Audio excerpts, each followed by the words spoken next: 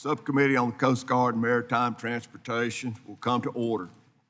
I ask unanimous consent that the chairman be authorized to declare recess at any time during today's hearing. Without objection, so ordered. I also ask unanimous consent that members not on the subcommittee be permitted to sit with the subcommittee at today's hearing and ask questions. Without objection, so ordered. As a reminder, if members wish to insert a document into the record, please also email it to documentsti@mail.house.gov. I now recognize myself for an opening statement for 5 minutes. As the Coast Guard prepares to undertake significant changes, today the subcommittee meets to review the services program and structure. I'd like to welcome our witness, Admiral Kevin Lunday, Acting Commandant of the Coast Guard. Sir, it's good to see you again. I congratulate you on your nomination to serve as Commandant of the Coast Guard, and I look forward to working with you closely over the coming years. We certainly enjoyed having you in Mississippi's 4th District last week. It was an honor to host you, and I want to thank you for choosing the Gulf Coast as your first official stop. The Coast Guard is preparing to undergo a significant period of change and modernization. At the Coast Guard Academy graduation last month, Secretary Nome announced Force Design 2028, the Trump administration's vision for the future of the Coast Guard. As you know, this initiative includes 5 main points. Establish a service secretary so that the Coast Guard has the same representation as other military services, as reflected in my bill, H.R. 2546, the Secretary of the Coast Guard Act of 2025. Recognize the service to streamline process better, integrate capabilities, and eliminate redundancies. Invest in the men and women that serve in the Coast Guard. Invest in technology to improve efficiency and capability. Improve and streamline the acquisition process. Admiral, I was encouraged by your support for this vision. I look forward to hearing more about this plan, how the Coast Guard will implement it, what resources you will need, and what changes and authorities the service will require. As the Coast Guard carries out these efforts, it is the subcommittee's expectation that you will work with us and keep us updated on the initiatives that move forward. To meet the Trump administration's vision, the Coast Guard's modernization will require substantial resources to prepare the service to meet the needs of future decades. Unfortunately, in recent years, the Coast Guard has taken the motto, do more with less.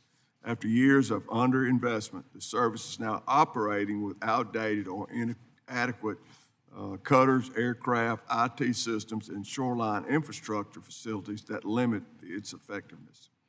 A recent GAO study confirms that many of us already know and suspected we have reached a breaking point.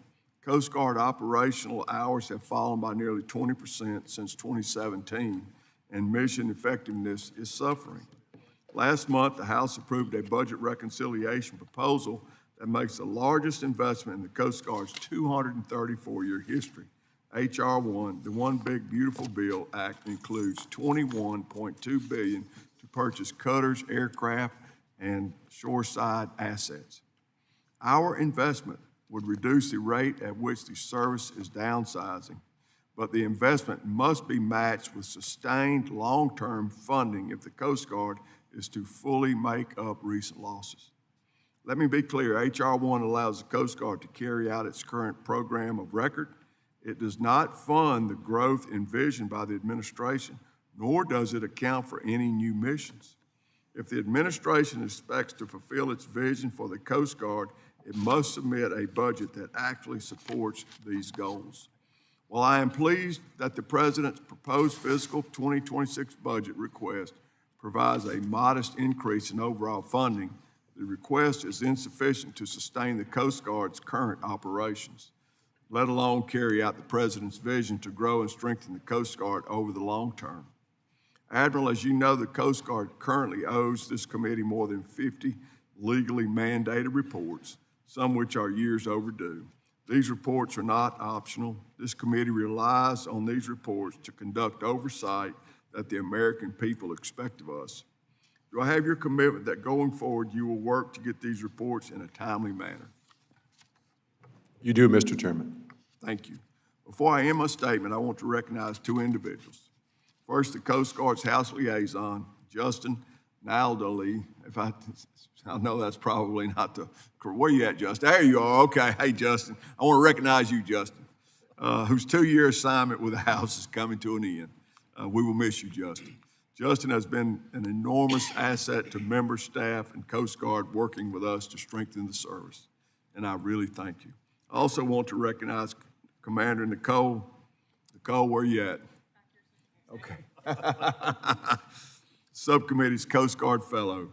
During her 2 years serving on the subcommittee, Nicole contributed in countless ways, and her background as an operator and attorney proved invaluable. On behalf of the subcommittee, thank you both for your service. I wish you fair winds and following seas as you take on your next assignments. Admiral Lunday, thank you for being here today, and I look forward to our discussion. I now recognize Ranking Member Carbajal for an opening statement for 5 minutes. Thank you, Mr. Chair. Let me also, before I start my remarks, wish due to Commander Justin Naldoni, I wish him the best of luck. He's been an extraordinary representative and liaison from the Coast Guard. He has represented you well, Admiral Lunday, and before that, Commandant Fagan. He has always demonstrated the highest standards of professionalism. He has a great sense of humor, a little serious sometimes, but so I just want to wish you the best, Justin, and congratulations on your promotion to captain coming up, I believe, in a week or so. So thank you for your service. And I also want to recognize Admiral Lunday is a very smart guy. Today he brought his lovely wife with him to join us today, which makes it hard for us to ask him even harder questions. But I'm going to do my best to ask him hard questions nonetheless. Welcome. Good morning, and thank you, Mr. Chair, for calling this hearing today. Welcome, Admiral Lunday, and congratulations on your nomination for Commandant. One thing that's great about this subcommittee is that we're all on the same page on a very important issue, supporting the United States Coast Guard. There is no organization like it in the world. The service members are top-notch, and since 1790, our country is safer because of their service. I also agree with Secretary Noem when she said that the Coast Guard has been neglected and under-resourced for far too long. Unfortunately, when I look at the budget, this is another case of watch what I say, not what I do. The overall funding is not as exciting as one would hope. It does not account for increasing the size of the service. It does not account for taking on new missions like those associated with the Arctic Security Cutter. And most importantly, it reverses course on recapitalizing the Coast Guard's shoreside infrastructure. The Government's Accountability Office recently issued a report that found the Coast Guard $7 billion estimate for the shoreside infrastructure backlog is actually much higher. Over 200 projects to date still have no cost estimates, and none have been adjusted for inflation. The shoreside infrastructure backlog directly impacts coasties and their families. This is real-world stuff.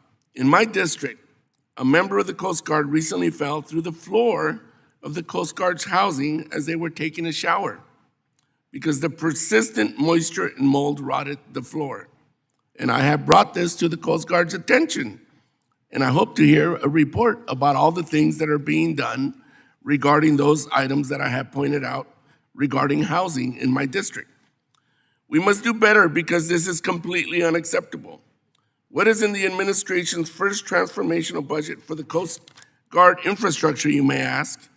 A cut of 90%. A scant $21 million to address a more than $7 billion backlog.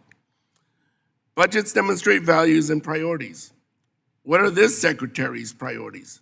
Well, we know that she is planning to follow the president's lead in obtaining not one, but 2 Gulfstream 5 jets to accommodate her travel at a cost of upward of $54 million.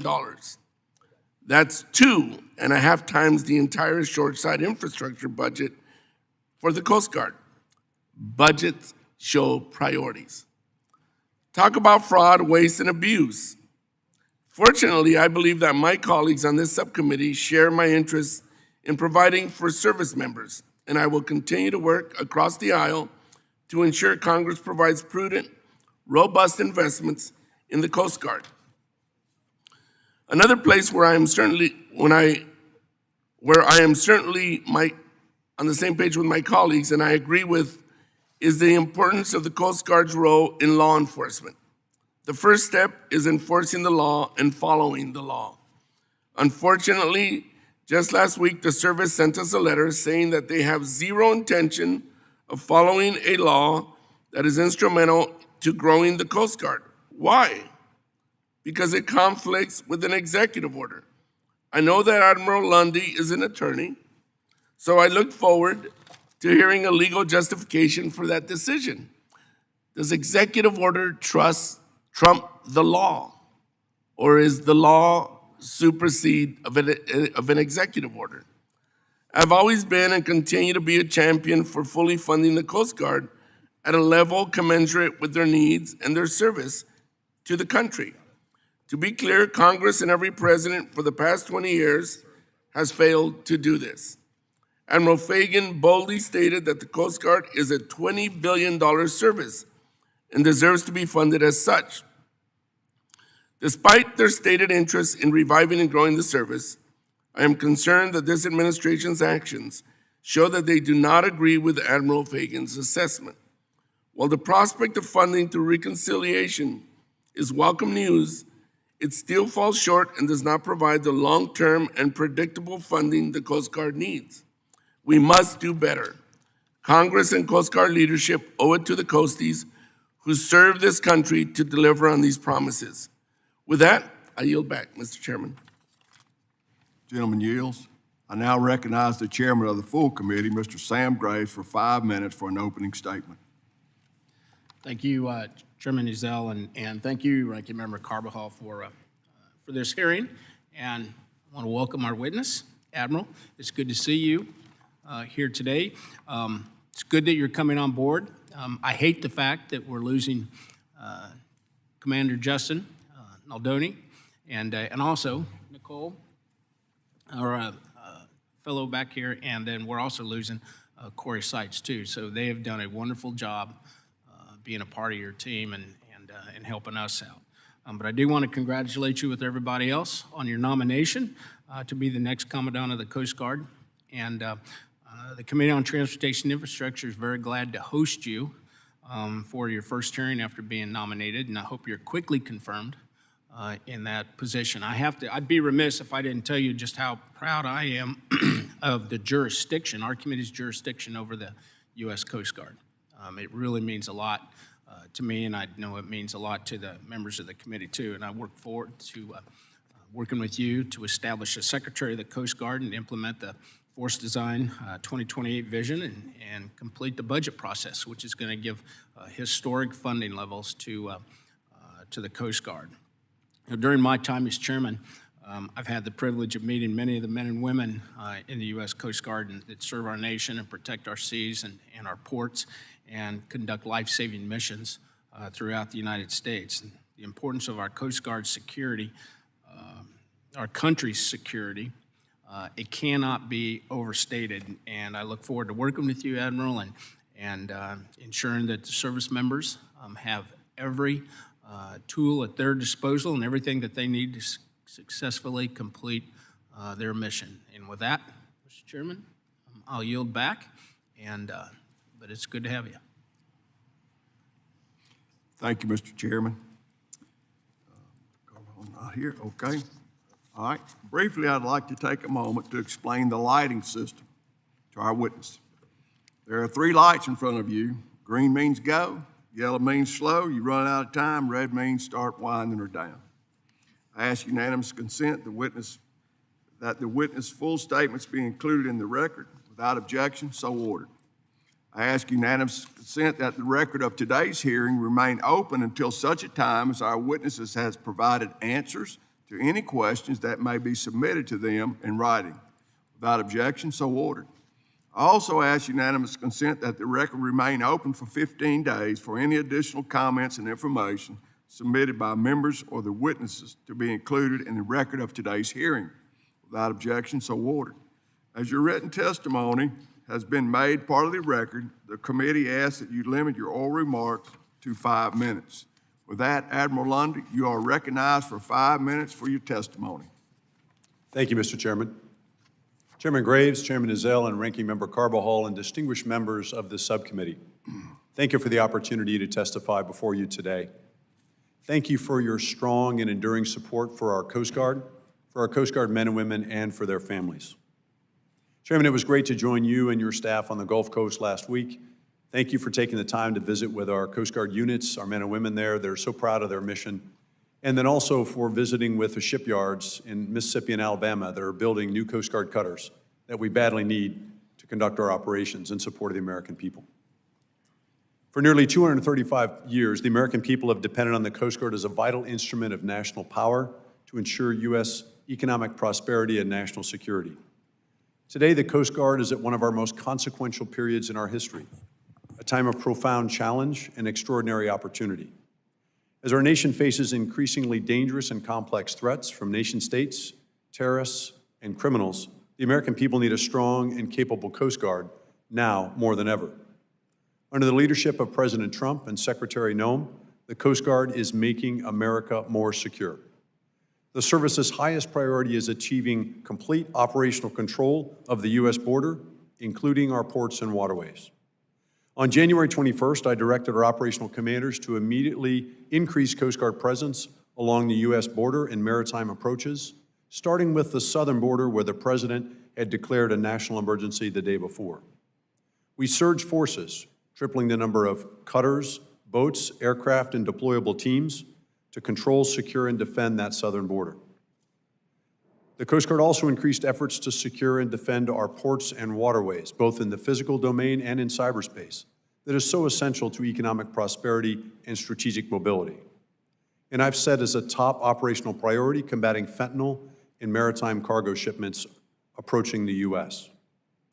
And the Coast Guard beyond the southern border continues to control, secure, and defend our northern border and the U.S. border and approaches around Hawaii and Alaska, and our 3 U.S. territories in the Pacific and 2 U.S. territories in the Caribbean. The Coast Guard is delivering results for the American people. We have deterring illegal maritime migration and stopping the illicit flow of drugs into the United States. In the last 5 months alone, we've interdicted over 1,000 aliens trying to reach the U.S. by sea, and we've deterred thousands more. We've already surpassed our entire fiscal year 2024 cocaine removal numbers, and we continue to combat foreign terrorist organizations and cartels by interdicting the bulk smuggling of cocaine and other drugs at sea. However, despite the success in our missions and the great work of our people, the Coast Guard is in a severe readiness crisis that is decades in the making. Today, our Coast Guard is less ready than at any other time in the past 80 years since the end of World War II. The downward readiness spiral we are on is not sustainable, and we must take action now to change that direction. Together, we must restore the Coast Guard readiness and transform the service into a more agile, capable, and responsive fighting force.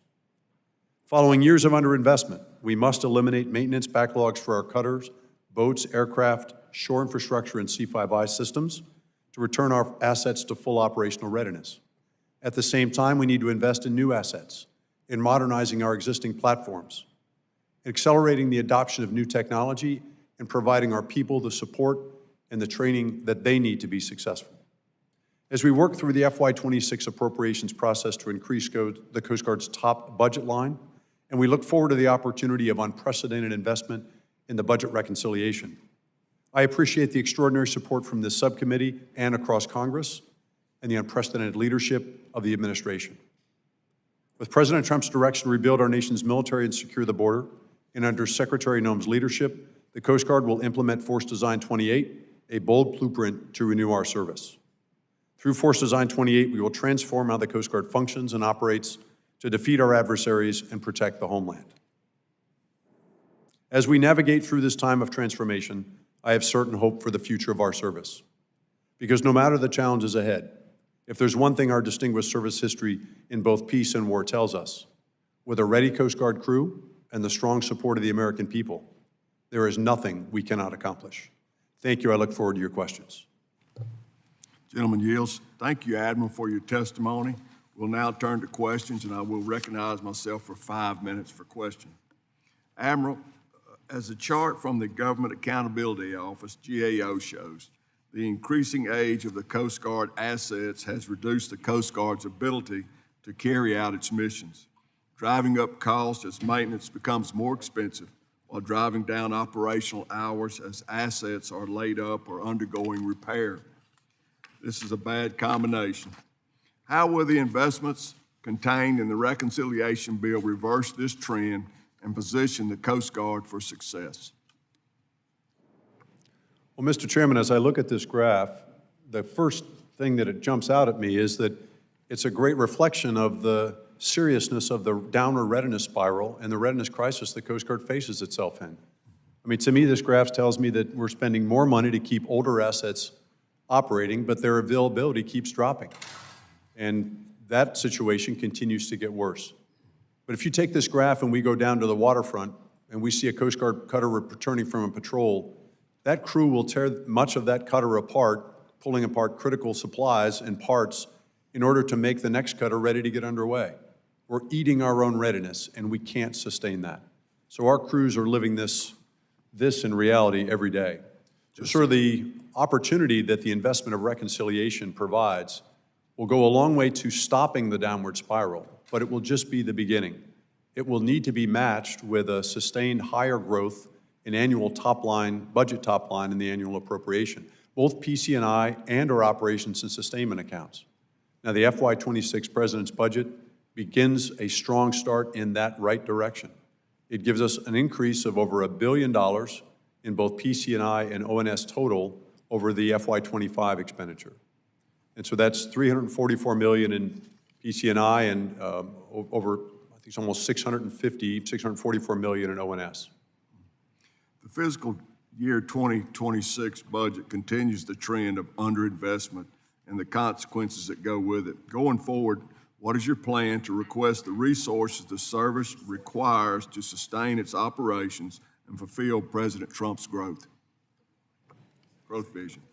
Mr. Chairman, we look forward to working with the committee on the FY26 appropriation and then going forward to increase top-line growth in our annual appropriation for both PC&I and ONS.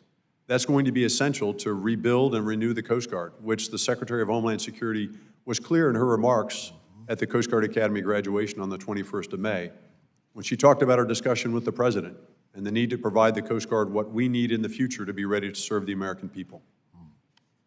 Force Design 2028 calls for at least 25% reduction in the Coast Guard's flag corps to streamline decision process. Late last month, we were notified that the promotion board recommendations for the rank of Rear Admiral lower half were rejected, and a number of other positions appear to have been eliminated with the release of this year's flag assignments, including the flag officer in the charge of government and public affairs. Aside from these notifications, we have not received a detailed reorganization plan. Does the service have a detailed reorganization plan for the Flag Corps? Mr. Chairman, we're working on a detailed plan. That's part of the Force Design implementation plan that I owe back to the Secretary in the coming weeks. And once the Secretary has received and approved that plan and we begin to implement it, we look forward to briefing the committee on that plan. Very good. All right. I'm going to yield at this time. We'll probably have a second round of questions here coming up. And I now recognize Mr. Carbajal for his 5 minutes. Thank you, Mr. Chairman. Admiral Lunday, in my opening statement, I mentioned the State of Coast Guard infrastructure. Not only did the coasties in my district fall through their shower floor, they've been forced to live with mold and continuous water issues. How can we justify spending 2.5 times more on executive jets than on housing for rank-and-file service members? Ranking Member Carbajal, the area of housing in Santa Barbara that you're very familiar with, and thank you for your personal visit last year to take a look at the situation in those 8 homes in Santa Barbara. So we did have mold issues, and although that's not uncommon broadly in the area, I think the significant rainfall more recently in the last several years has made that problem worse.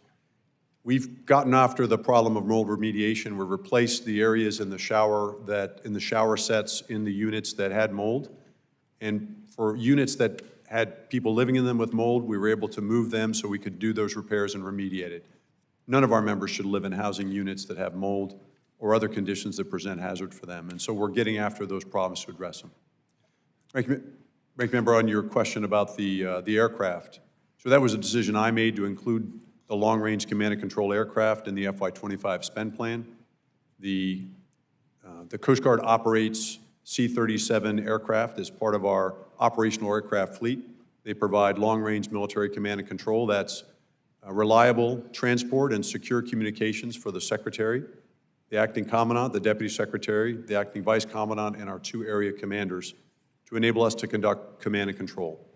Those assets are critically important. The 2 that we own, the one is older, it's over 23 years old now, and it's increasingly obsolete in its avionics and a communications need upgrade. And they're both facing significant maintenance periods this year that will take them offline and out of service. Thank you. We understand that Master Chief Petty Officer of the Coast Guard, Heath Jones, was invited to join us today until his recent forced retirement. Master Chief Jones is one of the most admirable people I have ever met serving in the Coast Guard. What message does this forced retirement send to enlisted service members? And are you aware of any cause for his termination? Ranking Member Carbajal, Master Chief Petty Officer of the Coast Guard Jones is currently serving and remains the Master Chief Petty Officer of the Coast Guard right now. He's at home on leave right now, and I won't get into personally why he's at home on leave, but he's got a second granddaughter that he and his wife are celebrating the arrival of.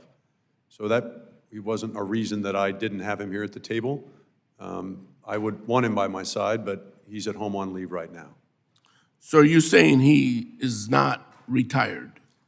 He plans to retire this year, that's correct. And I will go through the process, subject to confirmation by the Senate as the next Commandant. I will go through the process of selecting the next Master Chief Petty Officer of the Coast Guard. Okay.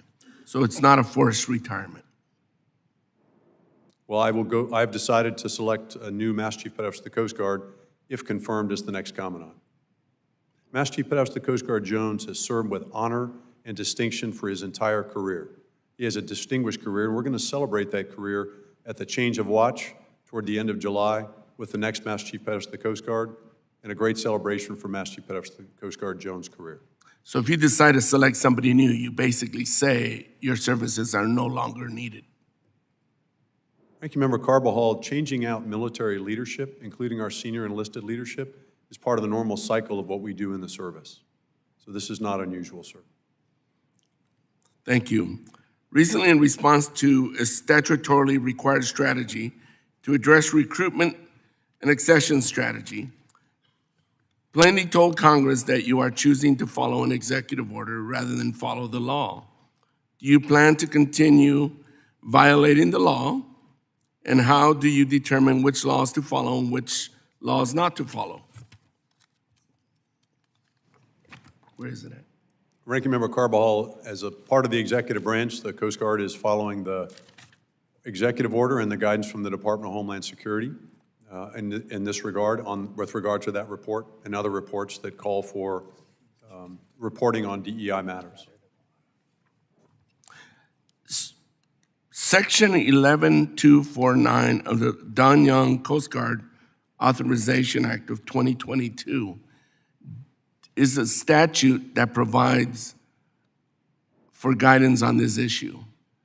And there was an executive order that was issued, and I'm just trying to understand why you would not follow the law, rather this executive order that was put forth that is not the law. Sir, I'm working to follow the law and the guidance of the executive branch, and I understand clearly the requirement in the Authorization Act that requires the report as well. So do you plan to fulfill the statute? So we're doing our best to follow the guidance as part of the executive branch under the President's executive order and the guidance from the department. I understand the frustration of the committee because of the existence of the requirement to deliver that report. At this time, the report that we've submitted is the report that stands for our submission. Thank you very much, Mr. Chair. I'm out of time. Gentleman yields. Now I recognize Mr. Webster for his 5 minutes of question. Thank you, Mr. Chairman. Thank you for having this good hearing, and thank you, Admiral, for coming. Really appreciate it. We're pretty, at least from my reports, I'm getting pretty firm information as you're going to be confirmed. Nothing's set in this place, but congratulations. There's one thing I wanted to carry on about was the Atlantic Coast Port Access route study, which is, I mean, it's not just now, it's not just a few years ago. We've just been waiting and waiting on a report that is in the study, which has just not come. It's kind of perplexing. Is there any hope of having that happen? Congressman, we are continuing to work on the port access route study, and we look forward to briefing that once that's completed. So, is there a timeline for completing it? Congressman, let me get back to you with a specific update on the timeline for the delivery of that report. It's kind of like a timeline for the timeline. But anyway, thank you for those answers. Appreciate it. There's also the idea of the Force Design 2028, and that is has some great things in it, and great design, modernization, so forth, all that. Do you see that happening as far as money-wise, training all of these new recruits that are going to happen, 17,000 new ones? What do you see about the funding versus the idea that's on a piece of paper? Congressman, the Force Design 2028 offers a bold blueprint forward that the Secretary has given us to deliver transformational, even revolutionary change that we will have not seen at any other time at this scale since the formation of the modern Coast Guard organization in 1915. As you said, sir, and as the Chairman mentioned, it's across 5 lines of effort, starting with the creation of a Secretary of the Coast Guard, but also the other campaigns to improve organizational streamlining of decision-making, improvement of pushing that decision-making to the field, improving the recruiting and training and development of our people, advancing the use and application of technology to make the Coast Guard a leader in the federal government, and then streamlining our acquisition and contracting.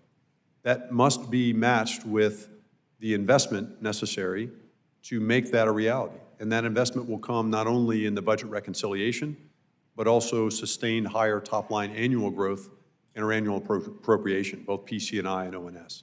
That will be the necessary engine to drive the change that is laid out in Force Design 2028.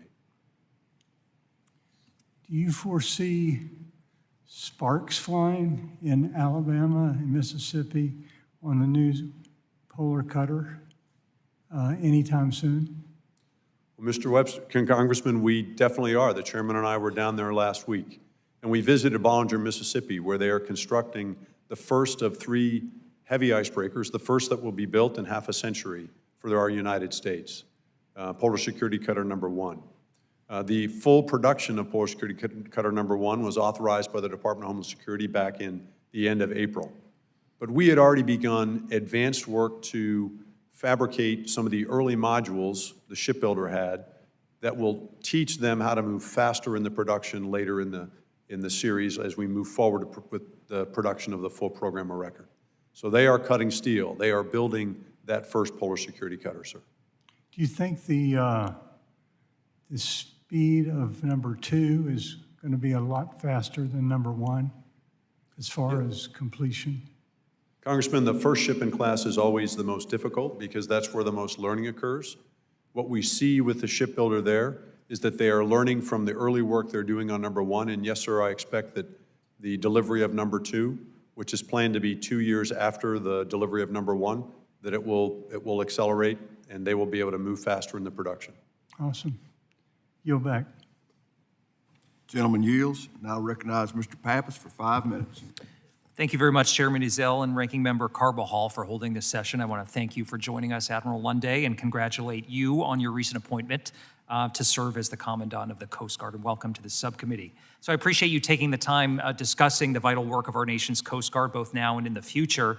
We know that the Coast Guard deserves full parity and resources to be able to recapitalize and modernize the service, to honor the service and sacrifice of the men and women of the Coast Guard and the great work they do every day.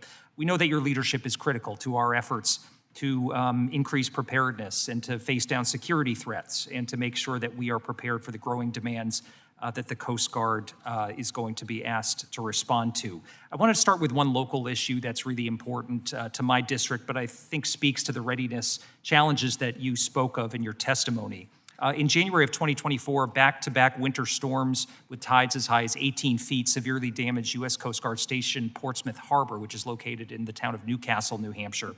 Significant damage was sustained to the station's seawall and boathouse. As a result, the station's no longer able to dock 2 emergency response boats and has been forced to make alternative temporary arrangements. While the Coast Guard in New Hampshire has been able to overcome these challenges and perform their missions, the logistical challenges and the daily risk mitigation experience in the aftermath of these storms regularly threatens the readiness of that station. So my office has spoken with the commanding officer, Eugene Kaminsky, and it's clear that the full funding for Coast Guard's PC&I budget is necessary to support the boathouse and seawall rebuild. Additionally, it's going to take the commitment of the Coast Guard leadership to ensure that these repairs don't experience any further or unnecessary delays. So I'm wondering, Admiral, if you've had the opportunity to speak with leadership at Portsmouth Harbor Station about these repairs, and if not, if I can have your commitment that you'll discuss the needed repairs with the Portsmouth Harbor Station commanding officer and other leadership as soon as possible. Congressman, thank you for your support and the support of the full committee in Congress for the supplemental appropriation that will deliver $24 million to effect those needed repairs following those devastating winter storms. And so I have not spoken with the commanding officer since that appropriation, but I will have a direct conversation with the commanding officer and ensure that we are successful in executing the money necessary to do those critical repairs. Well, I'm really grateful for that. Thanks very much for being willing to make that connection. And besides a robust PC&I budget, does the Coast Guard require any additional tools from Congress to ensure timely repairs to this particular station or to any of the others that are suffering from damage from storms? Congressman, I think overall we needed a stronger operations and sustainment budget, and that's to keep up with the ongoing regular maintenance for much of our shore facilities. While we see significant storms that cause damage that need recapitalization, and there are other longer-term recapitalization needs that are covered by the PC&I budget, the regular daily maintenance that's required to keep these facilities working, particularly on the coast where they experience extreme weather, requires a stronger O&S budget as well. Thank you. Admiral, a longstanding issue facing the Coast Guard has been the recruitment and retention of women in the Coast Guard. In fact, a study found that at the 10-year mark of their careers, the retention rate for women as opposed to men were 12 percentage points lower for both officers and enlisted members. Key provisions in the last House-passed Coast Guard reauthorization focused on the recruitment and retention of women in the Coast Guard, including the Fair and Equal Treatment of Women in the Coast Guard Act. Admiral, can you speak to the existing retention efforts the Coast Guard's undertaking to ensure that women coasties are equally valued and respected in their service? And are there additional congressional actions that are needed to support the service in these efforts? Congressman, we've had significant success, not only in recruiting recently, but also in the retention across our Coast Guard, both men and women.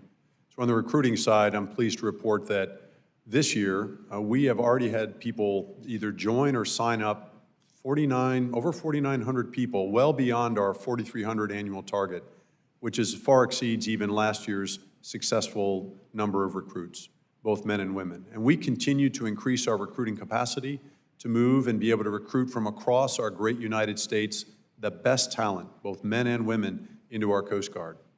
And we also need to retain our best talent, men and women in the Coast Guard as well. And so that is a top priority. And as the Secretary, as part of Force Design, has set a goal to grow the Coast Guard workforce, both active and reserve by 15,000 people, men and women, both active and reserve, then we need to continue to keep our foot on the gas on recruiting and retention. Thank you. I yield back. Gentleman yields. Chair now recognizes Mr. McDowell for his 5 minutes of question. Thank you, Chairman, and thank you, Admiral, for being here today to testify before the subcommittee. I'm glad to see that modernization of Coast Guard IT systems is a priority in Force Design 28, particularly the long-awaited and greatly anticipated modernization of the antiquated merchant mariner credentialing program.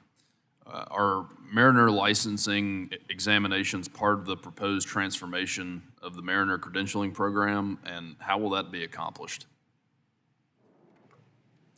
Congressman, the improving the technology systems that we use for mariner licensing and credentialing is critically important. That's a part of the way forward, as you mentioned, and also making sure that the training and certification process that is provided by schools for mariners that the Coast Guard is responsible for overseeing, that continues to meet the high standards necessary for mariners to be able to develop the skills and competencies and qualifications necessary.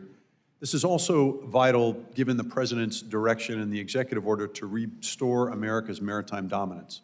And part of that is by reinvigorating our merchant marine. And so that remains and will be a top priority going forward, sir. Is course approval process part of the proposed transformation of the credentialing program, and how will that be accomplished? So the course credentialing program and the approval process is already a high priority because of some challenges we've seen in the last several years. But I will commit to you, we will bring that into our efforts that are part of restoring our effort, the Coast Guard's contribution to restore America's maritime dominance, because it's a critical component of our mariners being able to operate and do their job.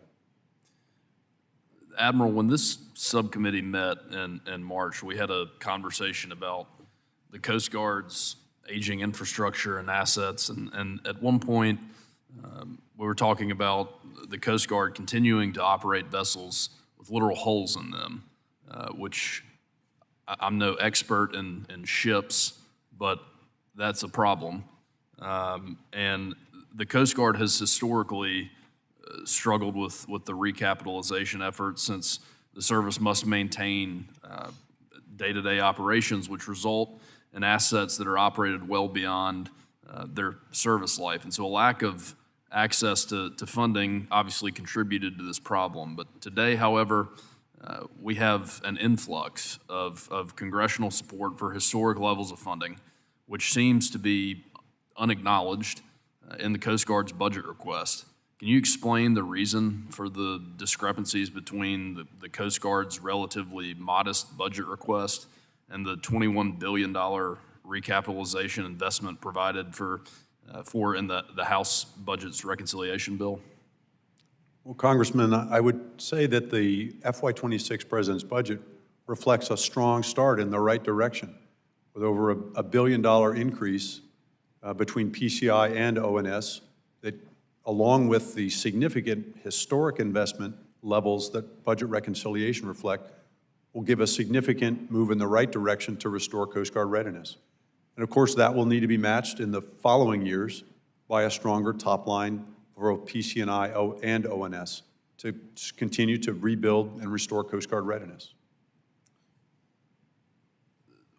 One of the most important things to me is making sure that you all have what you need to do drug interdiction as these drugs try to come into our country. What is the single most helpful thing we could do to give you the tools you need to stop fentanyl trafficking, human trafficking? Obviously, you all are doing a fantastic job this year with catching these criminals, but what's the single most helpful thing we can do? Congressman, the work that we're doing to control and secure and defend our borders from illegal drug trafficking that brings death and destruction to our communities, including in fentanyl, is one of our top priorities. We talk about the importance of search and rescue, but that mission saves lives just as much as search and rescue does. And so in terms of the top priority, I would say that the shipbuilding acquisitions to deliver the offshore patrol cutter which will replace our aging 210-foot fleet, the ships that you described that often have holes in them, and then our not quite as old but still old 270-foot cutters. Those offshore patrol cutters will give advanced technology and capability, but it will also be matched by investments in our boats and our advanced sensors and technology that enable our boarding teams who are doing this work at the tactical edge against adversaries who are smuggling these drugs linked to the cartels, who are many designated as foreign terrorist organizations. That will give them the advantage that they need to be successful, to be able to get that mission done and return home safely. Thanks, sir. Yield back. Gentleman yields. Chair now recognizes Ms. Strickland for 5 minutes or questioning. Thank you, Chairman Ezell and Ranking Member Carbajal. Nice to see you, Admiral Lunday. Congratulations, and I look forward to working with you. And shout out to Mrs. Lunday for being here. Nice to see you both. So I represent Washington State and the South Puget Sound, where the maritime sector is integral to our national security and our economy. And I'm concerned that this administration's neglect and misuse of Coast Guard assets will compromise both.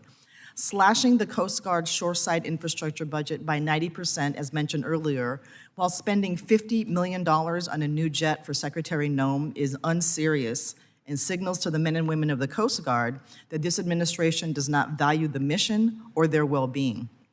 I want to talk first about movement of cutter assets. I want to talk about the focusing on the diversion of assets critical to marine safety and capabilities from their assigned districts. So earlier this year, the subcommittee learned that 2 fast response cutters in the Pacific Northwest were being taken from District 13 for the rest of the year to support security operations at the southern border. These were the only fast response cutters serving the entire Pacific Northwest coastline. And we were informed that to address the long-term coverage gap in Washington State, a cutter is being transferred from Alaska.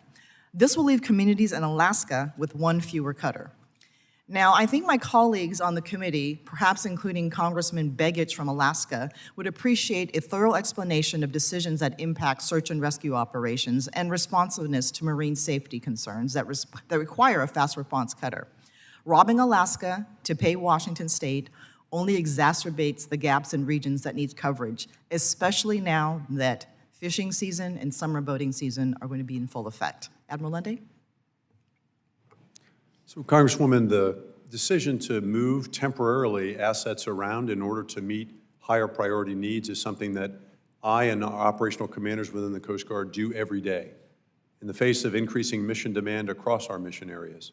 And so the decision to temporarily deploy fast response cutters from the Pacific Northwest down to support controlling and enforcing and securing our southern border is not unusual.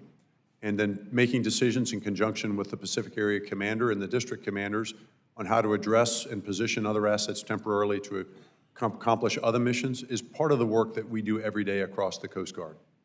I will say that in the Pacific Northwest, under the leadership of the District Commander, Admiral Fossey, he is taking significant action and steps over the last 4 months under Operation Arctic Fox to secure the northern border, working not only with other federal, state, and local partners, but with our allies in Canada, working together to make sure that we can control threats in that area. So we remain active in our operations, not only for marine safety, but for controlling and securing and defending our northern border as well.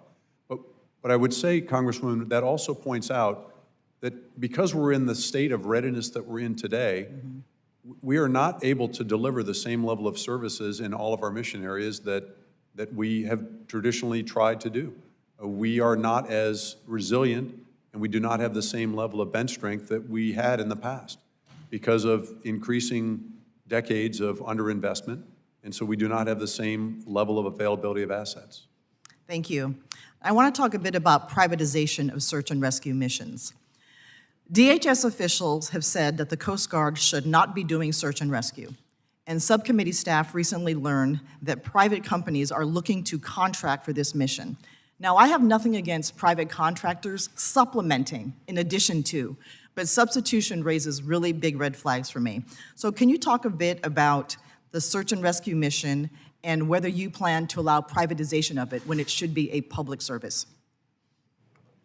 Congresswoman, I'm certainly aware that there are commercial companies that provide salvage services for mariners who need it.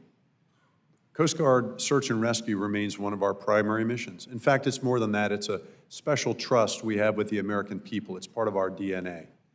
And so we are not lowering our response standards for maritime search and rescue. But I would tell you, beyond search and rescue, other missions we do also save lives. Controlling, securing, and defending our border and maritime approaches against illegal drugs and illegal migration, that also save lives. Defending our border and our maritime critical infrastructure from cyber threats to that infrastructure that could threaten the movement and facilitation of commerce. I want to get back to the question, though. Are you going to allow privatization of the search and rescue function instead of having the Coast Guard do it? Congresswoman, I have no plans to step away from our search and rescue operations or turn that over to private companies. Thank you. I yield back. Gentlelady yields. Now recognize Mr. Beggett from Alaska. Go ahead, sir. Thank you, Mr. Chair. First of all, Admiral, let me just compliment you on your responsiveness on our nation's most southern border. Your mission there is of critical importance, and it's great to see an administration prioritize that important security mission. And we certainly appreciate all the hard work that you've done and your team has done to prioritize that mission, in addition to all the other responsibilities that you have across the country. So shifting focus to Alaska, Alaska's vast, rugged maritime domain makes the Coast Guard indispensable for search and rescue, law enforcement, fisheries enforcement, and border security.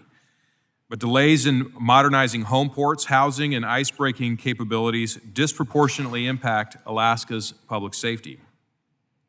Chronic undercapitalization has left Alaska's bases and vessels in disrepair. Your written testimony underscores the severe strain this has placed on crews and missions. The fiscal year 2025 budget reconciliation, however, includes over $21 billion to recapitalize assets and rebuild shoreside infrastructure, which are key for Alaska's future readiness. So with that as a backdrop, what assurances can you provide that the current $3.15 billion shoreside infrastructure funding will prioritize Alaska's most urgent recapitalization needs rather than be diverted to lower priority projects in the lower 48? Congressman, as you know, sir, the U.S. is an Arctic nation because of the state of Alaska. The Coast Guard presence in Alaska is strong. And so our recapitalization needs that are already on track will be fueled even more and accelerated by the investments in reconciliation. And so we're very excited about future asset delivery into the state of Alaska. In fact, the chairman and I on the Gulf Coast visited the Coast Guard cutter Storis just before she got underway. She's now underway in the Gulf of America, steaming toward the Panama Canal. And after going up the West Coast, will arrive in Juneau for a formal commissioning ceremony on the 8th of August, before conducting her first operational patrol. That's our nation's third polar icebreaker we've just added to the fleet, and we're very excited about that. It's a year ahead of the planned schedule that we're operating that asset. That is impressive, and we are very excited about Storis coming to Alaska. We believe this is the first of many investments with respect to icebreakers that are necessary for the Arctic, and I think it will go a long way to restoring that capability for the United States. One additional question, given the unique operational demands of Alaska's vast and remote maritime environment, how does the Coast Guard plan to ensure that new technologies and platforms like autonomous vessels or AI-enabled surveillance systems are adapted for Alaska's extreme conditions, including winter operations and our limited infrastructure? Congressman, I think we've certainly learned lessons with Rescue 21 and some of the persistent challenges we had in Alaska with the design and function of that, given the extreme conditions in that operating area. And so as we go forward with the Coastal Sentinel, which is one of the systems that was mentioned in Force Design 28, to use technology to advance our maritime domain awareness to help control, secure, and defend our border, we will have to make sure that that technology is functioning and able to be as successful and effective in the harsh Arctic conditions in Alaska. Thank you, Admiral. We're very excited about your pending confirmation, and we appreciate your continued leadership of our nation's border security, search and rescue operations, and more. and we look forward to working with you going forward. And with that, Mr. Chair, I yield back. Gentleman yields. Chair now recognizes Ms. Skelton for 5 minutes. Thank you, Chair Ezell and Ranking Member Carbajal, and welcome, Admiral Lunday. It's good to see you again. Before I jump into my questions, I just want to share my gratitude for your service to our nation and congratulate you on your nomination to serve as the next Commandant of the Coast Guard.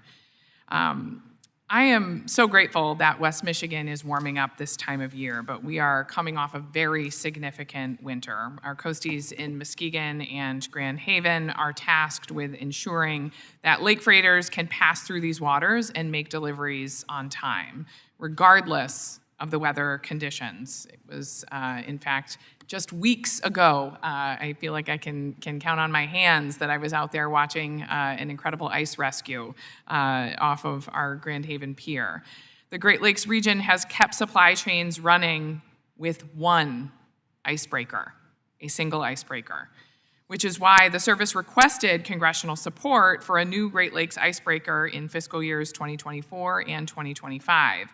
However, the Coast Guard's most recent request does not include a funding ask for an additional Great Lakes icebreaker. Further, the budget doesn't include a request for dollars to replace the 40-year-old Bay-class 140-foot icebreaking tugs, 2/3 of which are in the Great Lakes. Admiral Lunday, can you elaborate on the exclusion of these Great Lakes priorities in the Coast Guard's fiscal year 2026 budget? Congresswoman, let me start. The President was very clear that the nation needs 40 icebreakers. Now, the Coast Guard's very excited about that because we're the ones that operate the nation's icebreaker fleet. Now, a lot of people focus on our polar icebreakers, but it includes our domestic icebreaking fleet, which of course is centered on the Great Lakes fleet. And so we appreciate the support for the funding in '24, $20 million of the 55 needed to begin the analyze and select phase for an additional Great Lakes icebreaker. And we've begun that work. But it's critical, as we look at the reconciliation and the opportunity that that affords, that we certainly will be using that to build out our domestic icebreaking fleet, including an additional, the Great Lakes icebreaker that you mentioned. We're also very grateful that the President has mentioned a priority, but again, we're going to need to see that in the budget. Can you direct me to any specific actions where we might be able to see substantive action taken, and where the Coast Guard intends to specifically delineate that we can expect to see those Great Lakes icebreakers included in the budget? Well, Congresswoman, it's not in the FY26 request because although we did see an increase, it did not have a higher top line that enabled us to include it in this year's budget request. When do you anticipate it would be included? I'm sure you can appreciate my dismay when on the one hand, we're talking about, a commitment to 40 icebreakers, but then we don't actually see the request included in the FY 2026 budget. Well, Congressman, we're also looking at the opportunity that the budget reconciliation will provide for a significant capital infusion and recapitalization of our ships, including all of our icebreaker fleet, which includes the Great Lakes fleet.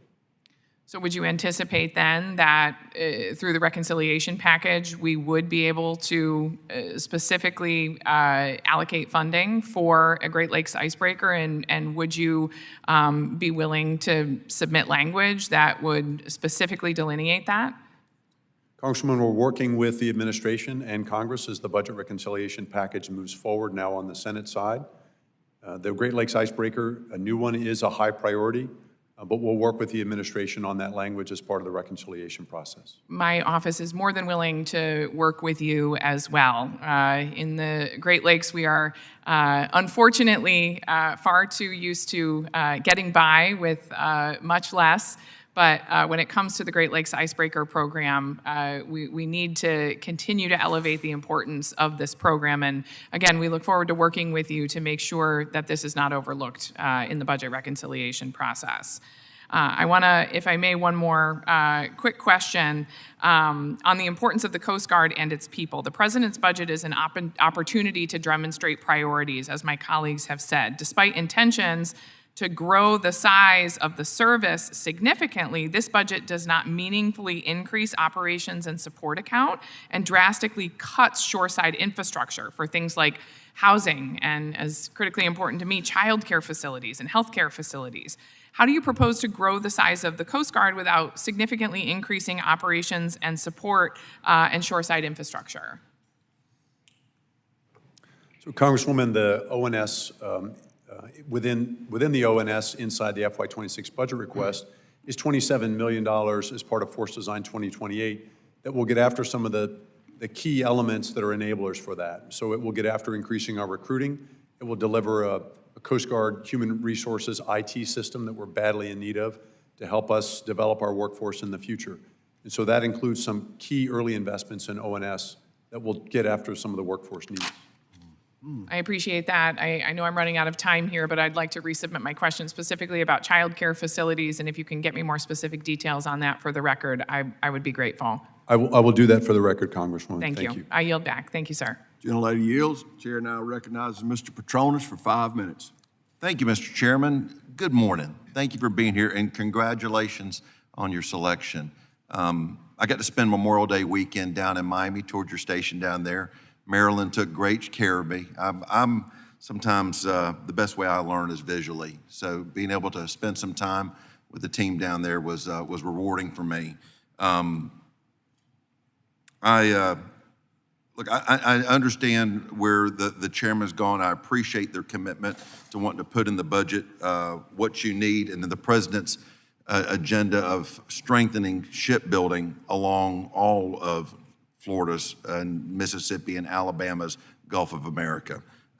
Chairman, I wish I could have joined you this week. That sounds like it was an exceptional visit, but seeing the double down and investment of the importance of shipbuilding and the amazing job creation opportunities that brings, that helps. It gets me excited. But I appreciate you joining us today discussing the future of the Coast Guard. I'm fortunate. I get to share a load-bearing wall with your liaison office. And the guys over there, I pretty much check on them every morning when I walk in. You got good people. And it's a real good fortune for me, as I'm brand new, to have some folks that are willing to spoon feed me to understand the issues that are so important to our country. So again, thank you for assembling a good team. But let's talk a little bit about when I grew up. My home was Panama City when I grew up, and I remember, as you get imprinted when you're a young child, Coast Guard Cutter Dependable would make the news, WJHG, and it was a big deal. My family's business was right down the street from the Coast Guard station, and when I started thinking about this job I'm taking, I decided to Google it. This vessel was built back in the 60s and it's still operational, and I understand the importance of keeping up with the times with the investment of these new OPC cutters. What do you see probably as the most significant contribution that they will bring to the next generation for, I guess, multiple generations as the life expectancy of these vessels expects to be? Sort of the offshore patrol cutter is a critical investment for the Coast Guard because it replaces what is the backbone of our cutter fleet, which right now is done by a combination of those older 210s like Dependable, and then the 270-foot cutters that we also continue to operate. And so they enable us to provide that presence not only offshore, near offshore, but in the long-range maritime approaches to the U.S. border. In all of the places there is a U.S. border, and that's a lot of territory. And so the ability to have that advanced capability the offshore patrol cutter provides is critical to enabling our crews to control, secure, and defend the border and approaches. Thank you. When it comes to giving you the resources to meet your training needs, open-ended question, are we doing enough? Well, sir, the training, first of all, Congressman, our people are our most important asset. And making sure that they not only have the assets and capabilities they need, but that they have the training they need is critically important. And so part of our need in the operations and sustainment side is to ensure that we have the right resources to be able to deliver that training to them. And when we talk about Force Design 2028, one of the campaigns is technology. It's how do we use technology to deliver the training and the performance improvement that they need in a cutting-edge way. The traditional way of training people is in a classroom or simulators that require significant travel. But we can provide through augmented and virtual reality, and we're leaning into that now, but there's so much more opportunity to do it, to deliver advanced training in a way that provides realistic training to enable our people to be successful. I appreciate that. When I got on this committee, I was excited, and to see that the chairman's leadership was wanting to make this part of our funding priority.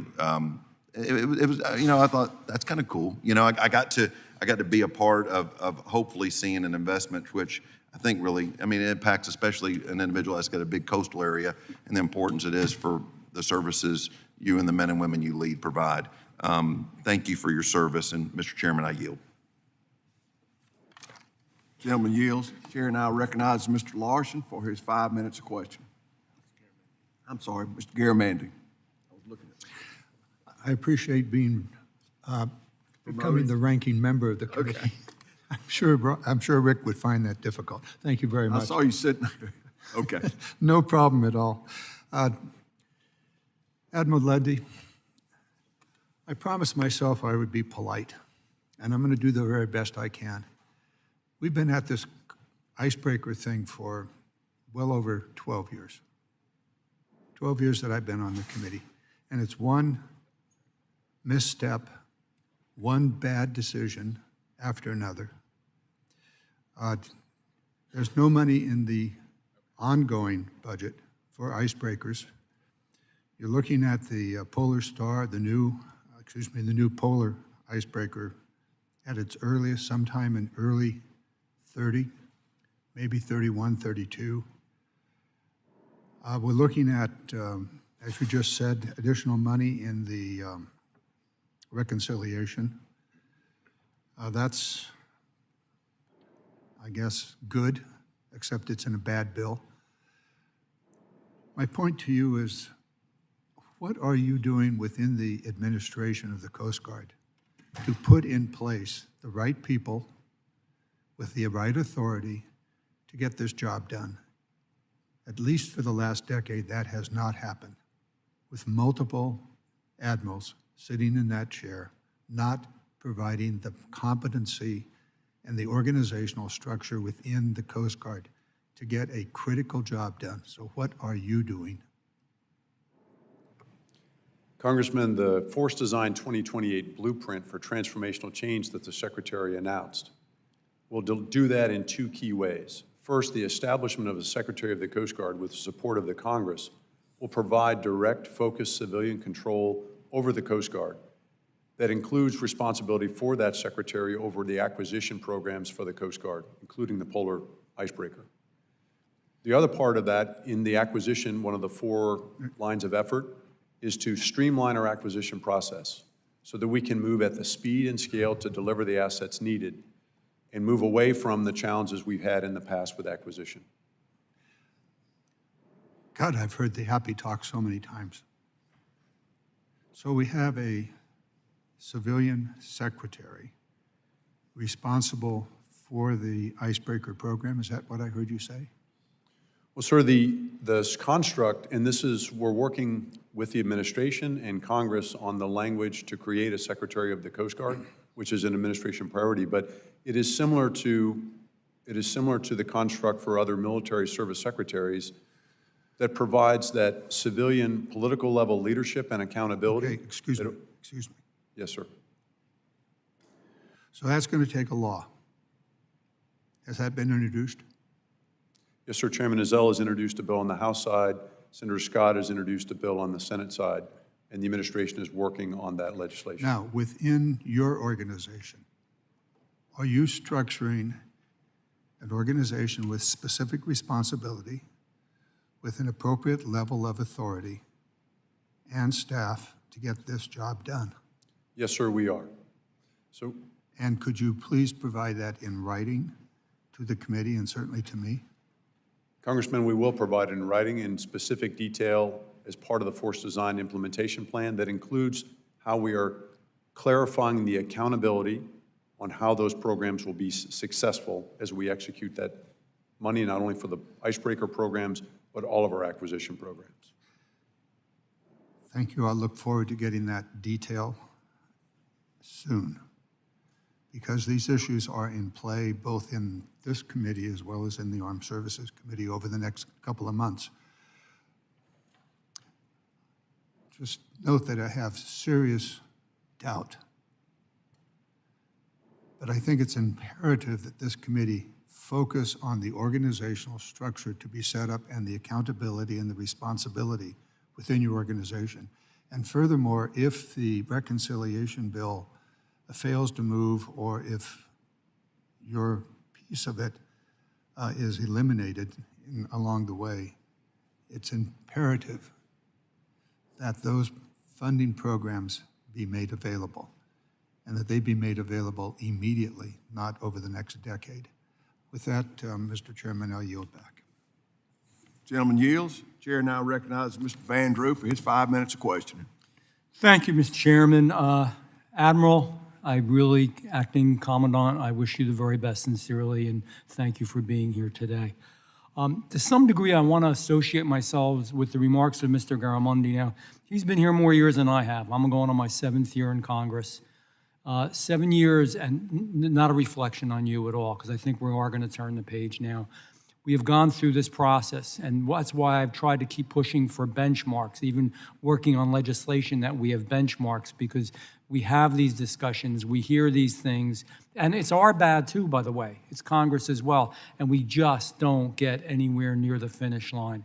Now, to be very focused here, would I be correct, I'm just going to ask you for some quick answers first, then we'll get into a little more detail, that with the administration, there is a new forceful commitment through the reconciliation bill, by the way. Ms. Schulten's not here now, but I wish I could say to her, I'm not worried about the budget bill at this point. We haven't done particularly well with budget bills, whether it be an omnibus bill or the 12 separate bills, but the reconciliation process, I know I've had direct conversations with you folks, direct conversations with the administration, and I believe, and I've seen it, that there is a new forceful commitment in will and desire, as well as dollars. Would you agree that's true? Yes, Congressman. Thank you. I want to just make that clear. I want everybody to hear that. And would you agree with me that a lot of this is being done through the budget reconciliation process? At this time, that's correct, Congressman. Yeah, yes, it is. Thank you. That's the plan. That's one of the reasons that we're doing the reconciliation, because we just can't seem to get the damn thing done when we go through the budget bills. Multiple administrations, I'm not blaming one side or the other. So this is why this is a unique time in history. And that's why I believe in the benchmarks as well. I think it's important stuff, whether it's icebreakers, patrol cutters, whether it is infrastructure and facility. Again, you're familiar with all of us. I know you do your homework and you looked us all up when you come here. I'm in Cape May. 85% of your recruits go through Cape May. That's where the training center is. Again, to answer Ms. Schulten, there are dollars there for new barracks. We've begun that process. It's moving forward.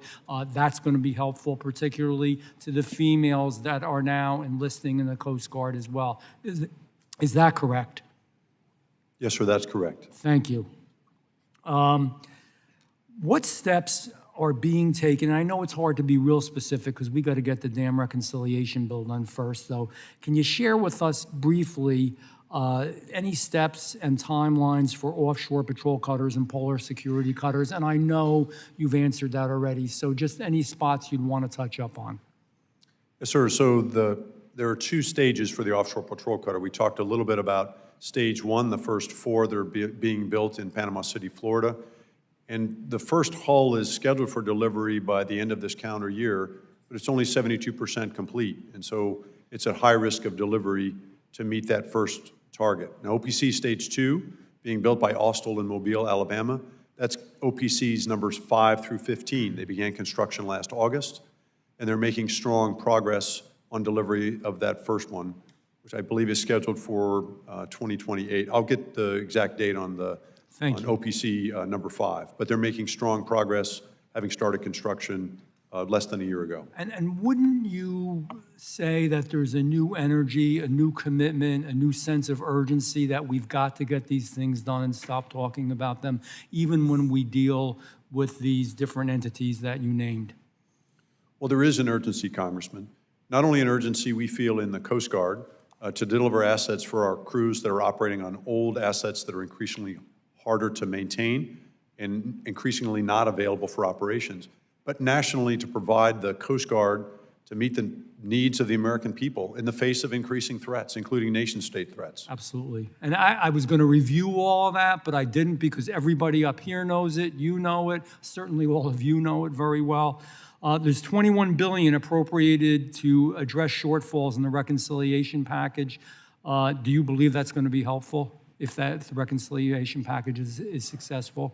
Congressman, it will be an important start to reversing the downward readiness trend, but it will need, yes, sir. Thank you. The active duty force, we've talked about that a little bit before too. Any particular plans to reinvigorate that, to re-energize it, to get more folks? Yes, sir. The Secretary has announced as part of Force Design 2028 a direction to grow the Coast Guard workforce, principally our enlisted workforce, both active and reserve, by up to 15,000 new members.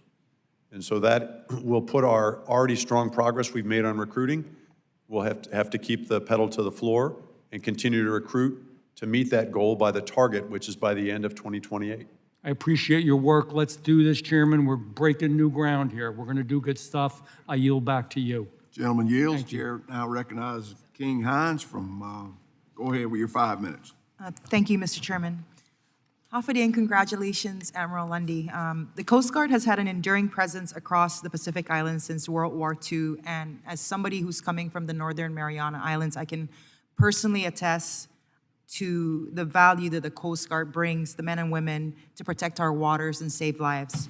Whether, responding to typhoons or delivering aid to atolls around the Pacific Islands, drug interdiction, or just protecting our sovereign waters from illegal fishing, you guys have been there. So I want to first of all express my deep gratitude on behalf of our community for all the work that you have put into protecting our waters. So my first question is, we've been hearing a lot about just some of the issues that folks have with the budget, but I wanted to hear from your perspective. Can you describe the benefits that the Coast Guard could receive based on the House-passed reconciliation package? Specifically, can you tell us how the House-passed investments will provide our service members with resources they need to conduct life-saving missions and drug interdictions?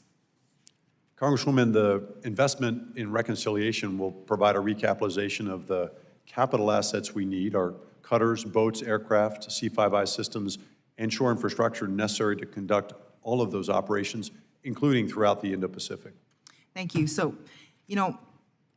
everybody's talking about these cutters. And really, I don't normally sit in this subcommittee. So the primary reason that I wanted to sit in, and thank you to the chairman and ranking member, is to talk about the fast cutters. From what I understand, they have been a force multiplier for our region, especially within the FSM and the other remote island nations when it comes to the bilateral shipwrighter agreements. Can you speak to the value that the fast cutter response cutters bring to the region, and also what would it take for the CNMI to be considered as an alternative home port option for your cutters?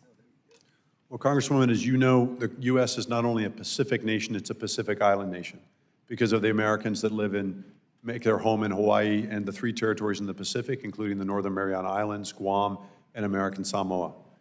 In the last 6 years since I served out there, since Linda Lee and I served out there in District 14, we have increased the Coast Guard cutter presence by 8 cutters, 8 new cutters, 6 of those fast response cutters in Honolulu, 6 based in Guam, 2 national security cutters in Hawaii as well, and then we've added a 270-foot cutter that we permanently transferred.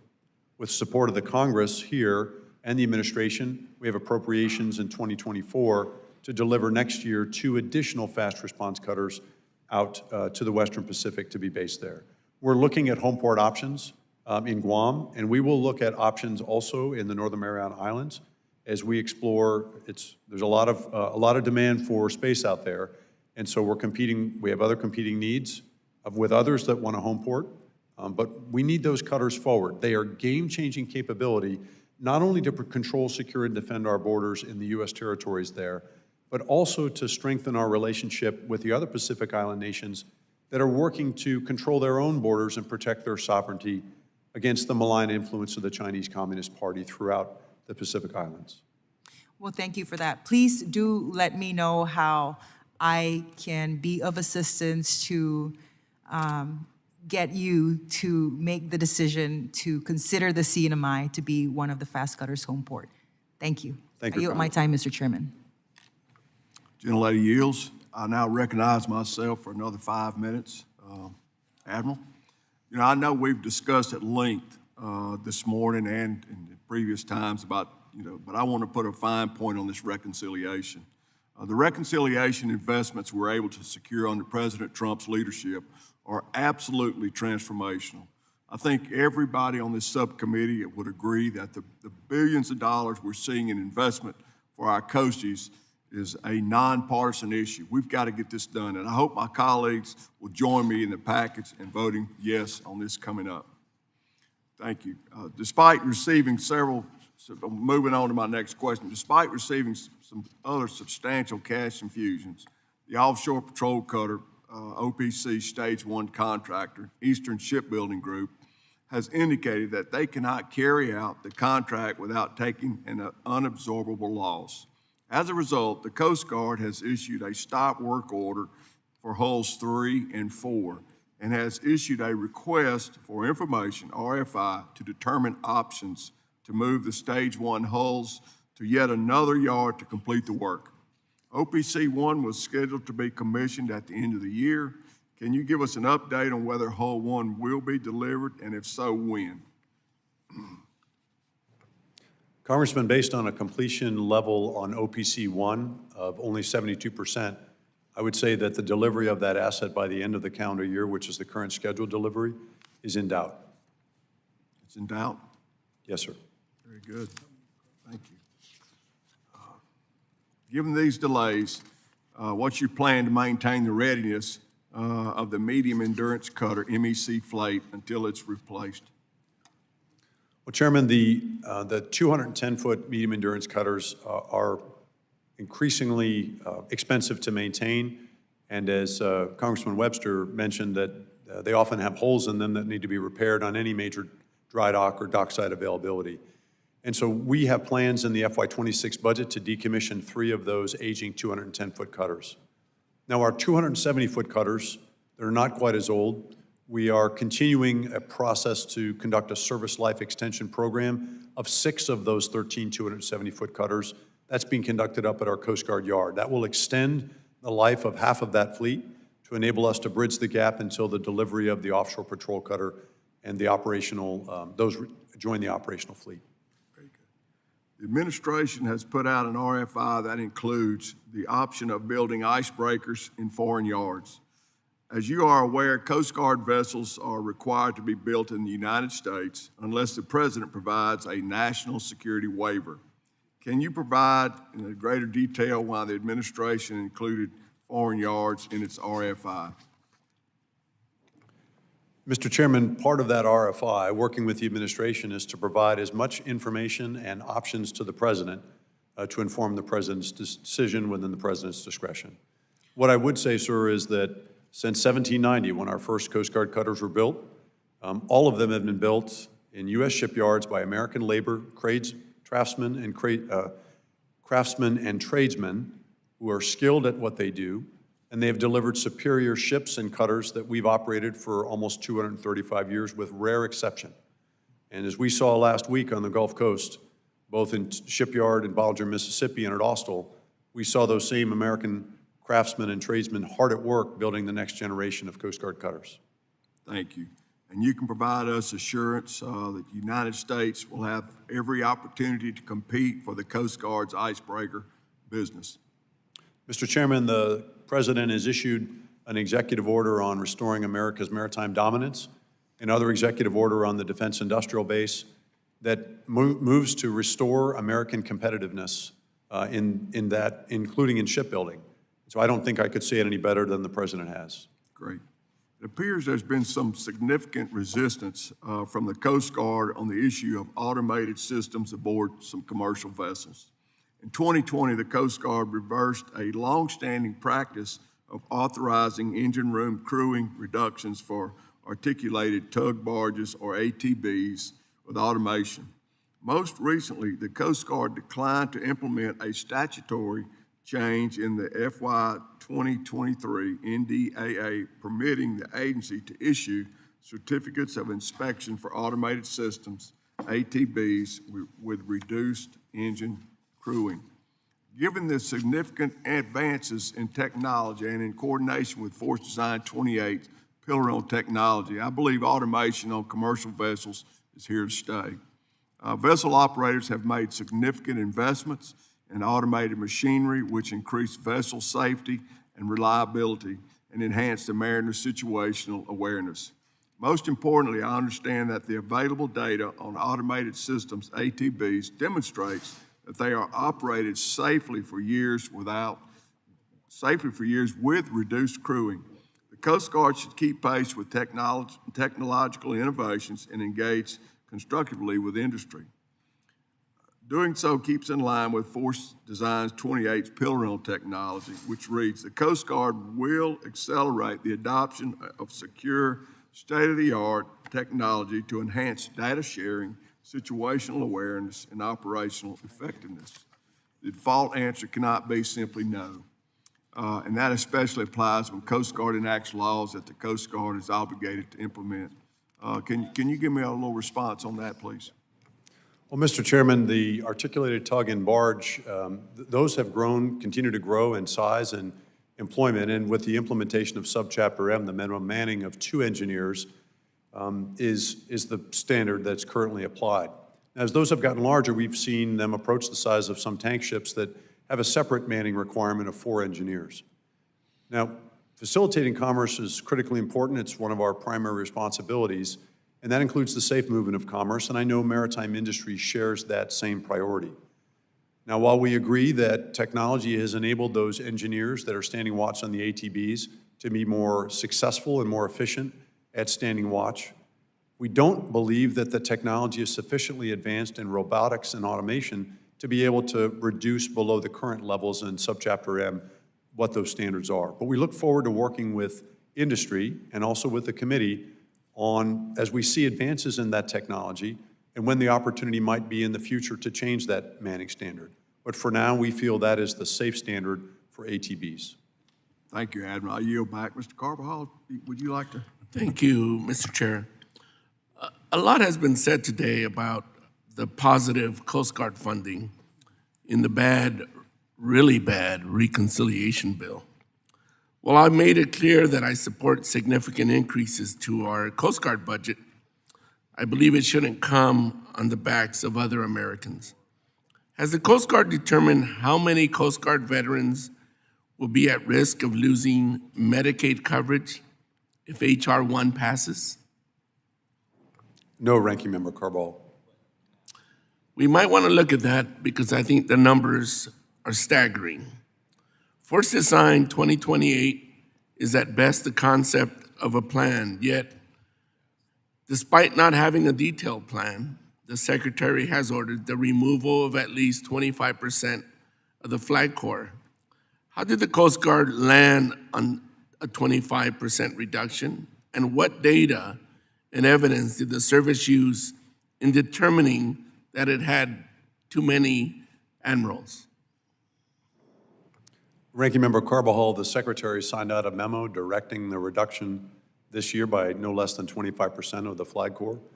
And in that memo, it also specified that the 5 Coast Guard flag officers that were assigned to combatant commands under the Department of Defense remain intact, and the Office of Chief Prosecutor also remain intact.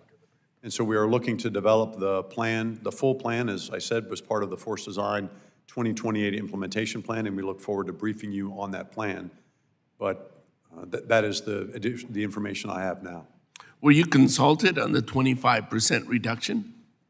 The Secretary's direction for 25% was provided, and then it was up to me to determine this year, given the movements of flag officers and the importance of maintaining leadership continuity and continuity of command of flag positions, that I make decisions, and those were the ones you saw reflected on the 25th of July in the release of the flag assignment message.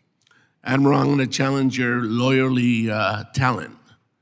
Were you consulted in reaching the 25% reduction? Yes, or, if you could just answer yes or no? Yes, I was part of discussions with the departmental leadership before the secretary signed that memo. Yes, sir.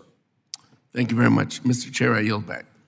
Gentleman yields. Chair now recognizes Mr. Mast for his 5 minutes of questioning, or additional time if you need it, sir. Well, thank you, Mr. Chairman. I appreciate that. Admiral, congratulations. Absolutely. Got to be monumental to be able to take the reins. And so I congratulate you on that.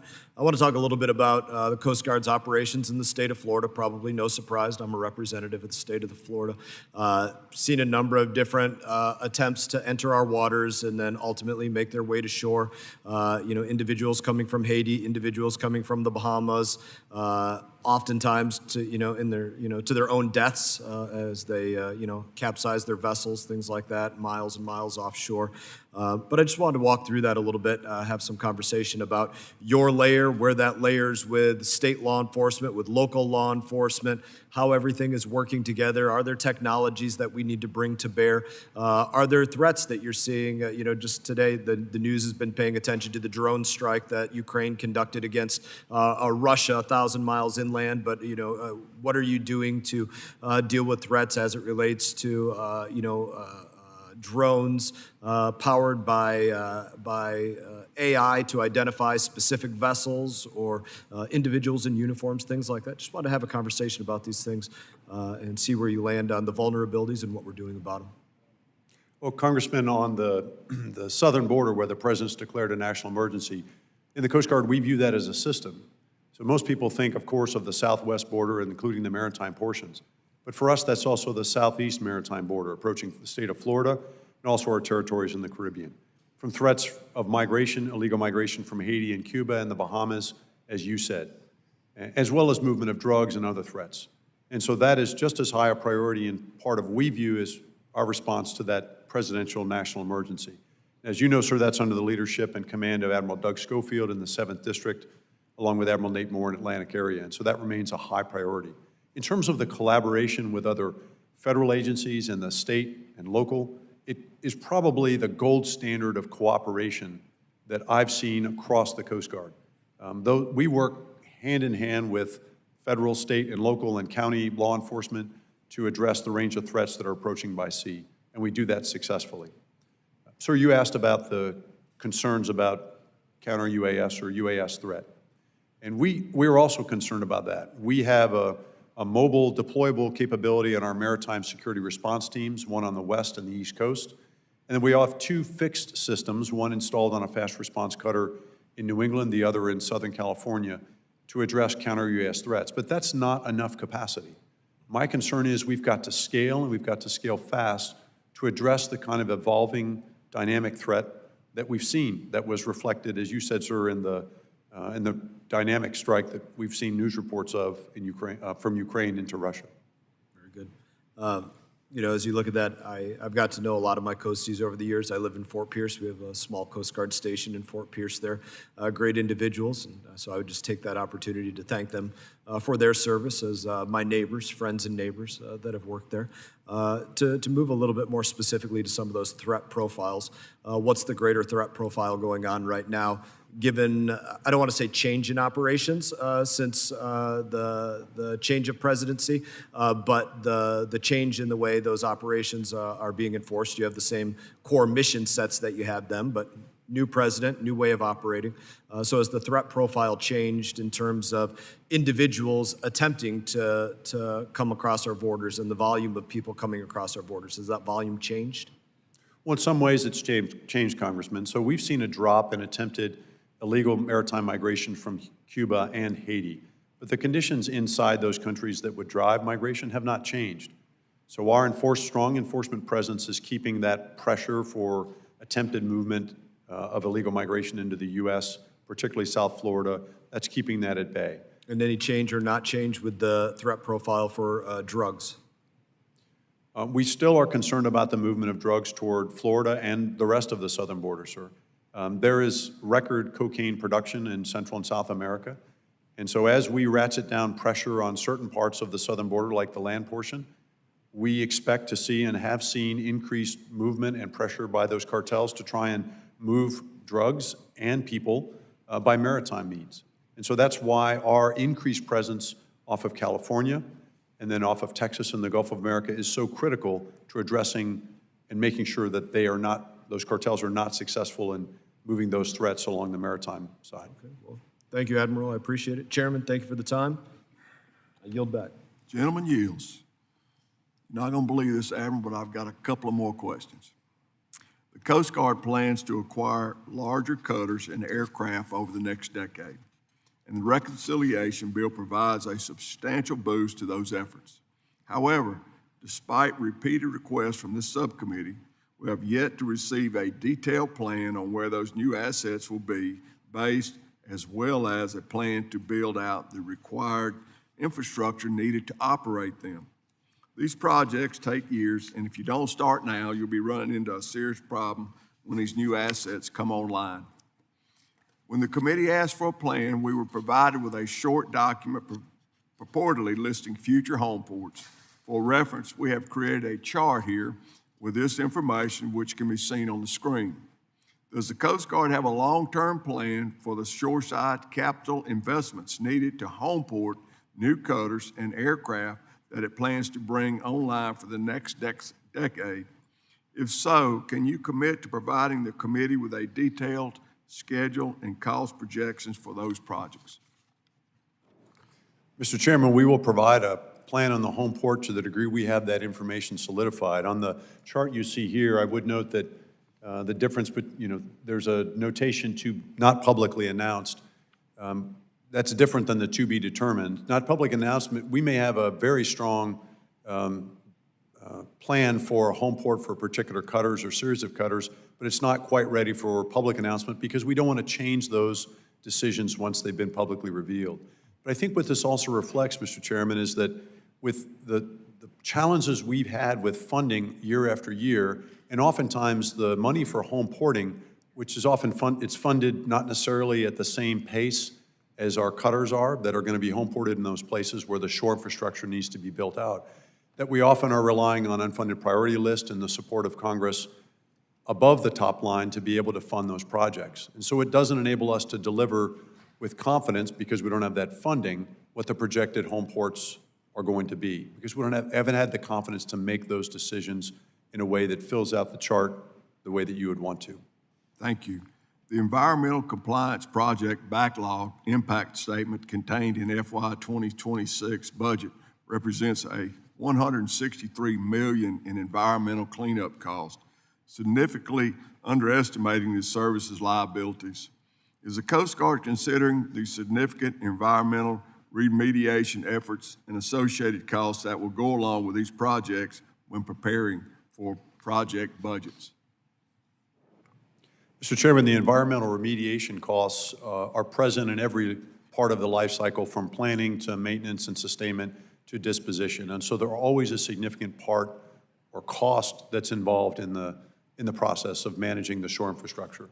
So for new shore infrastructure or recapitalization, some of the support that the committee has provided in Congress for survey and design is critically important to enabling us to adequately assess and identify what those environmental remediation costs are, so that we can include them in the requests, so that when those requests come to you, they're more mature and we have higher confidence in them, and we won't have to come back for more additional funding. Final question. Reconciliation provides $4.3 billion for polar security vessels and nearly $5 billion for Arctic security cutters and domestic icebreakers. Without these investments, will the Coast Guard be able to maintain a presence in the Arctic, protect American sovereignty, and guard our national interest? Mr. Chairman, the Polar Icebreaker program is our highest acquisition priority. The nation needs those icebreakers to not only control, secure, and defend our border around Alaska, but ensure U.S. sovereignty throughout the increasingly navigable Arctic Ocean. But it requires that icebreaker capability. And so they are essential to national security and preserving our national security. Thank you. Mr. Carbajal? I don't have any other additional questions, Mr. Chair. Gentleman yields back. If there are no further questions from any members of the subcommittee who have not been recognized, would like to say anything. Seeing none, that concludes the hearing for today. I would like to thank you, and I thank you all for being here today, for each one of our witnesses' testimony. The subcommittee now stands adjourned.